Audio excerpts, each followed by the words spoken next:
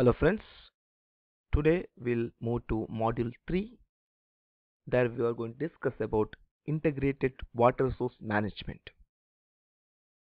We'll quickly look at the syllabus, the definition of integrated water resource management, principles, implementation of integrated water resource management, legislative and organizational framework, types and forms of private sector involvement.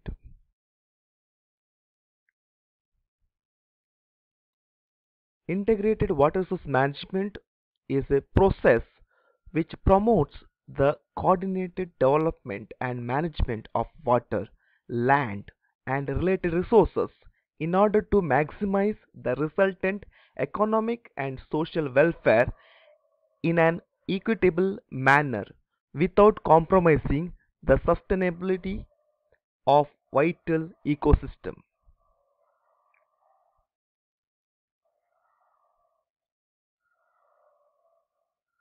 Before introducing to integrated approach of water resource management, we need to address two important factors, that is issues related to water resource management and challenges.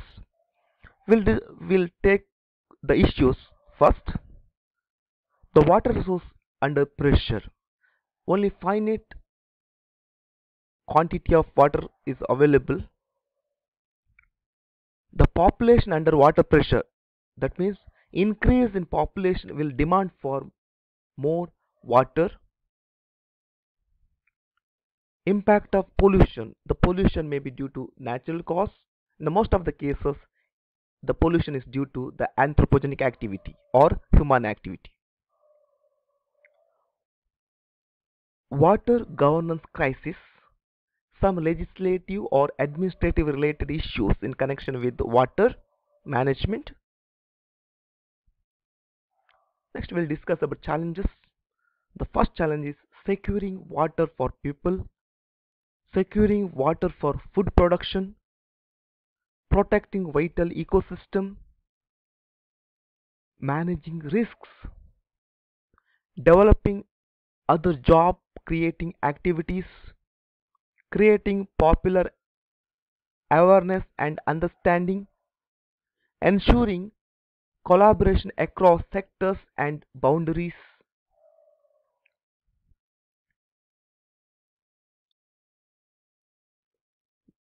The development of integrated water resource management was particularly recommended in the final statement of the ministers at the International Conference on Water and Environment in 1992. This statement, also known as Dublin Principles. The concept aims to promote changes in practices which are considered fundamental to improved water resource management. The integrated water resource management rests upon three principles that together acts as the overall framework. The first one is social equity. Ensuring equal access to all users means all people must have access to water of adequate quantity and quality. Participation in water management by all the stakeholders is the best way to ensure equity. The second point, economic efficiency. Efficiency in water use is core principle of integrated water resource management. Water must be used with maximum possible efficiency by bringing the greatest benefits to the greatest number of users possible with available financial and water resources. Third point, ecological sustainability. To achieve ecological sustainability, current water use should be managed in such a way that it does not affect the future generation. The principles of integrated water source management. In detail, integrated water source management is based on four principles. These principles are also known as Dublin principles. The first principle says water is a finite, vulnerable, and essential resource, essential to sustain life, development, and the environment. The second principle says water resources development and management should be based on a participatory approach involving users, planners, and policymakers at all levels. The third principle is very interesting. Women play a central role in the provision, management, and safeguarding the water. The fourth principle says water has an economic value in all its competing uses should be recognized as an economic good.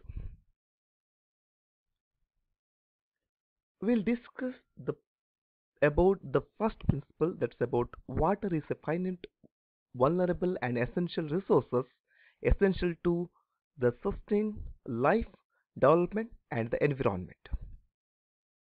Since water sustains life, effective management of water resources demands a holistic approach, linking social and economic development with the protection of natural ecosystem. Effective management links land and water uses across the whole of a catchment area or groundwater aquifer. The second principle says water resource development and management should be based on a participatory approach involving users, planners, and policymakers at all levels. We'll have discussion on that. The participatory approach involves raising awareness of the importance of water among policymakers and the general public. It means that decisions are taken at the lowest appropriate level with full public consultation and involvement of users in the planning and implementation of water projects. Third principle says women play a central role in the provision, management, and safeguarding of water. This pivotal role of women as provider and users of water and guardians of the living environment has seldom been reflected in institutional arrangements for the development and management of water resources. Acceptance and implementation of this principle requires positive policies to address women's specific needs and to equip and empower women to participate at all levels in water resources programs, including decision making and implementation in ways defined by them.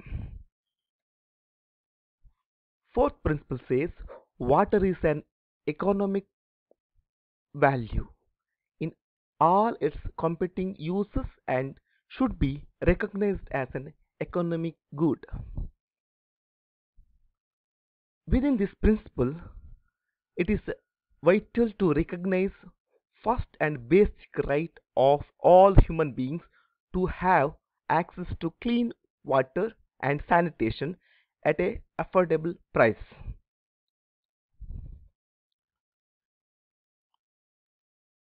Past failures to recognize the economic value of water has led to wasteful and environmentally damaging uses of the resource. Managing water as an economic good is an important way to achieving efficient and equitable use and of encouraging conservation of conservation and protection of water resources. Thank you.